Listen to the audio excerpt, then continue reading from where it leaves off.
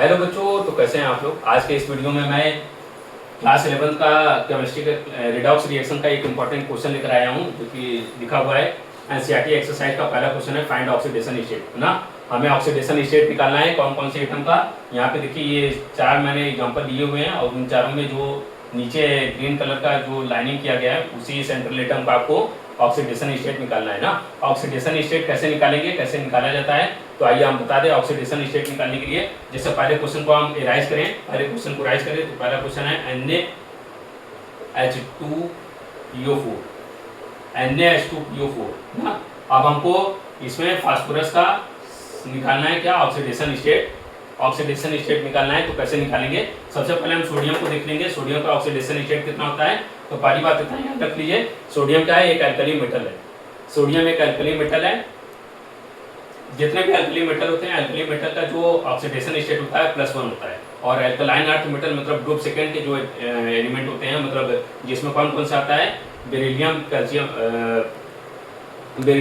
Magnesium, ये सब जो आते हैं उनका ऑक्सीडेशन स्टेट +2 माना जाता है। यहाँ पे सोडियम है, सोडियम अल्कली मेटल है तो इसका ऑक्सीडेशन स्टेट +1 माना जाएगा, इसलिए हम इसका ऑक्सीडेशन स्टेट +1 मान लेंगे। और इसके बाद हाइड्रोजन है, हाइड्रोजन जब भी मेटल के साथ बॉन्ड बनाता है तो उसका हम +1 लेते हैं, -1 लेते हैं, और जब वो नॉन मेटल के साथ बनाता है तो वो +1 में ऑक्सीडेशन स्टेट कंसीडर किया जाता है। यहाँ पे सेंट्रल एटम क्या है, नॉन मेटल है, इसलिए इसको हम +1 लेकर चलेंगे। ठीक है, कितने हाइड्रोजन एटम है, 2 हाइड्रोजन एटम है, और एक हाइड्रोजन एटम का +1 होता है तो 2 हाइड्रोजन का 2 × +1 होगा। और जिसका भी सेंट्रल, जिस भी एटम का आपको ऑक्सीडेशन स्टेट निकालना होगा उसको हम X मान लेंगे। जैसे फास्फोरस का ऑक्सीडेशन स्टेट निकालना है तो हम क्या मान लेंगे, इसको X मान लेंगे, तो X हमने मान लिया। और उसके बाद इसके बाद हम 4 ऑक्सीजन को लेंगे। ऑक्सीजन का कितना एटम है, 4 एटम है, और ऑक्सीजन का माना कितना जाता है ऑक्सीडेशन स्टेट, -2 माना जाता है। और इस पे ओवरऑल कोई चार्ज नहीं है, ओवरऑल चार्ज ना होने की वजह से इसका 0 हो जाएगा, इक्वल टू क्या मानेंगे, 0 मानेंगे चार्ज को। अब हम इसके बाद इसको सॉल्व कर लेंगे और X की वैल्यू निकालेंगे और हमारा ऑक्सीडेशन स्टेट फास्फोरस का निकल जाएगा ना। तो आइए देखते हैं कैसे निकलेगा। 1 हो गया, यहाँ पे 2 × 1 कितना हो गया, 2 हो गया, +X +4 × -2 कितना होता है, -8 इक्वल टू 0। अब जब इसको सॉल्व करेंगे 2 1 3 हो गया, +X -8 इक्वल टू 0। जब इन दोनों को सॉल्व करेंगे तो X -5 इक्वल टू 0, ये उधर जाएगा तो X इक्वल टू +5, मतलब फास्फोरस का ऑक्सीडेशन स्टेट कितना आ गया, +5 हो गया ना। तो आप लोगों ने देखा बहुत आसानी से मैंने इजीली निकाल दिया। फास्फोरस का ऑक्सीडेशन स्टेट निकालना था, हमने क्या माना, सोडियम का ऑक्सीडेशन स्टेट +1, जितने भी अल्कली मेटल होते हैं उनका ऑक्सीडेशन स्टेट +1 माना जाता है, और अल्कलाइन अर्थ मेटल का +2 माना जाता है। हाइड्रोजन का अगर नॉन मेटल के साथ बॉन्डेड है तो +1, और मेटल के साथ बॉन्डेड है तो -1, और यहाँ पे ऑक्सीजन का -2 कंसीडर किया जाता है ऑक्साइड बॉन्ड में। पेरोक्साइड बॉन्ड में -1 और सुपर ऑक्साइड में -1/2 होता है, वो अलग होता है, लेकिन यहाँ पे ये ऑक्साइड बॉन्ड बना रहा है। ऑक्साइड बॉन्ड भी कैसे पता करेंगे, तो उसके स्ट्रक्चर से पता करेंगे ना। ये ऑक्साइड बॉन्ड बनेगा तो -2 लेके चलेंगे और इसका हमारा ऑक्सीडेशन स्टेट +5 आ गया है। आइए हम दूसरे क्वेश्चन की तरफ मूव ऑन करते हैं। देखिए बच्चों, बहुत ज़्यादा मेहनत मैं कर रहा हूँ ना, मुझे कहना तो नहीं चाहिए, मुझसे ज़्यादा मेहनत करने वाले यूट्यूब पे टीचर प्रेजेंट है, लेकिन फिर भी मैं मेहनत बहुत ज़्यादा कर रहा हूँ। तो चलिए बच्चे, आते हैं हम लोग दूसरे क्वेश्चन की तरफ। दूसरा क्वेश्चन हमारा लिखा हुआ है NaHSO4। आइए NaHSO4 की तरफ हम चलते हैं। इसका ऑक्सीडेशन स्टेट इसमें किसका निकालना है, सेंट्रल एटम। यहाँ पे ग्रीन लाइन बना हुआ है, ग्रीन लाइन किसका है, सल्फर का, तो उसी सल्फर का हमको ऑक्सीडेशन स्टेट निकालना है। अंडरलाइंड क्या है, ग्रीन लाइन से सल्फर है, तो सल्फर का हमको ऑक्सीडेशन स्टेट निकालना है। ठीक है, तो आइए हम निकालना स्टार्ट करते हैं। तो जैसे कि मैंने पहले भी बताया, सोडियम क्या है, अल्कली मेटल है, अल्कली मेटल होने की वजह से इसका ऑक्सीडेशन स्टेट +1 माना जाएगा, और हाइड्रोजन का भी ऑक्सीडेशन स्टेट +1 माना जाएगा। सल्फर का ऑक्सीडेशन स्टेट हमें निकालना है तो इसको X मान लेते हैं, जिसका भी ऑक्सीडेशन स्टेट निकालना रहता है उसको X मान लिया जाता है। +4 × -2 इक्वल टू कितना हो जाएगा, 0, क्योंकि ओवरऑल इस पर कोई चार्ज नहीं है तो ये न्यूट्रल मॉलिक्यूल माना जाएगा। न्यूट्रल मॉलिक्यूल माने जाने की वजह से इक्वल टू चार्ज 0 माना जाएगा। आइए आगे चलते हैं। अब इन दोनों को सॉल्व करें तो +2 आ जाएगा, +2 को प्लस के हटा देते हैं, +X 4 -2 कितना हो जाएगा, -8 इक्वल टू 0। जब इन दोनों को सॉल्व करेंगे तो -6 equal to 0, X equal to क्या आ जाएगा, +1। तो देखिए बहुत इजीली मैंने सॉल्व कर लिया। अगर आप लोगों को ये क्वेश्चन नोट करना है तो नोट कर लीजिए, नोट करने का मैं समय दे रहा हूँ।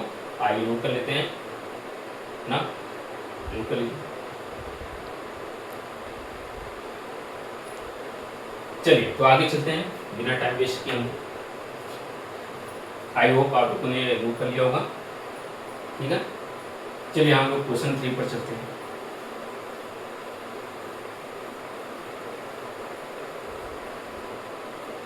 दो क्वेश्चन हो चुका है बच्चों, तीसरे क्वेश्चन पे मूव ऑन करते हैं हम लोग। जो तीसरा क्वेश्चन है H4 वो 7 है।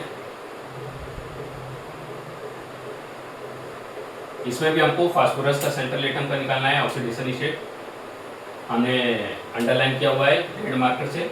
यहाँ पे क्या है, फास्फोरस का सेंट्रल एटम का निकालना है हमें, ऑक्सीडेशन स्टेट। तो चलिए निकालते हैं। यहाँ पे हाइड्रोजन है, हाइड्रोजन का क्या माना जाता है, +1 ऑक्सीडेशन स्टेट। और फास्फोरस है, फास्फोरस का ही निकालना है, 2 फास्फोरस है तो 2 इंटू जिसका हम निकाला जाता है, जिसका निकालना होता है उसको x मान लेते हैं ऑक्सीडेशन स्टेट निकालने के लिए, x +7 इंटू ऑक्सीजन का यहाँ पे ऑक्सीडेशन स्टेट -2 दिया जाएगा क्योंकि ऑक्साइड बॉन्ड बना रहा है, इसका 2 0 क्योंकि न्यूट्रल मॉलिक्यूल है। आइए इन दोनों को सॉल्व करते हैं। 4 2x 7 2 14 इसका 2 0 2x जब इसको सॉल्व करेंगे -10 आएगा, इसका 2 0 2x इसका 2 10 x इसका 2 +5। देखिए बहुत इजीली मैंने सॉल्व कर दिया। ये प्लस माइनस तो आप बच्चे मतलब बहुत आसानी से समझ जाएंगे, इसमें कोई ज़्यादा परेशानी वाली बात नहीं है। 4 - 14 कितना हो जाएगा, जब दोनों को सॉल्व करेंगे 4 में से 14 घटाएंगे तो -10 आएगा। ये -10 उधर जाएगा, जब हम उसे ट्रांसफर करेंगे तो +5 +10 के रूप में जाएगा और ये मल्टीप्लाई उधर जाकर डिवाइड हो जाएगा, 10/2 करेंगे तो 5 आ जाएगा, +5। ये हो गया हमारा क्वेश्चन नंबर 3 का आंसर।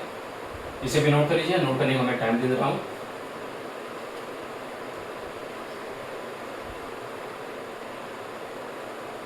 आई होप आप लोगों ने क्वेश्चन नोट कर लिया होगा। तो चलिए हम लोग लास्ट क्वेश्चन की तरफ चलते हैं, वीडियो ज़्यादा लंबा ना हो जाए, ठीक है।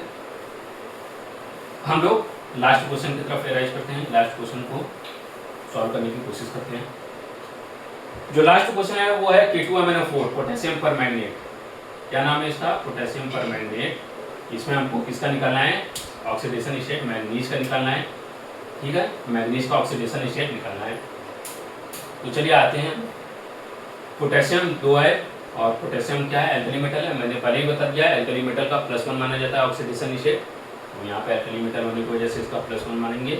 प्लस मैंगनीज का निकालना है, जिसका निकालना होता है उसको x मान लेते हैं, +4 इंटू ऑक्सीजन है, ऑक्सीजन में ऑक्साइड बॉन्ड बना रहा है तो -2 इसका 2 0 हो जाएगा। क्यों, क्योंकि न्यूट्रल मॉलिक्यूल है, न्यूट्रल मॉलिक्यूल होने की वजह से ओवरऑल चार्ज क्या हो जाएगा, 0 हो जाएगा।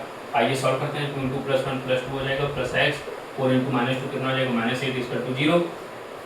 अभी इसको सॉल्व करें तो x 2 में से 8 घटाएंगे, -6 इसका 2 0। ये -6 से उधर जाएगा तो +6 हो जाएगा। बस ये हमारा क्वेश्चन, ये तीसरा भी सॉल्व हो गया। मतलब यहाँ पे मैग्नीज का ऑक्सीडेशन स्टेट कितना आ गया, +6 हो गया ना। आइए इसको भी नोट कर लीजिए आप लोग।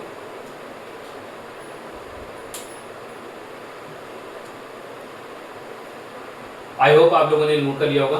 तो बस यही कहना चाहूँगा कि ऑक्सीडेशन स्टेट निकालना बहुत ज़्यादा कठिन नहीं है, मैंने बहुत मेहनत से बताया है। तो आप लोग भी मेरे साथ मेहनत करिए और वीडियो को ज़्यादा लंबा ना करते हुए मैं इसी पर समाप्त करता हूँ। धन्यवाद।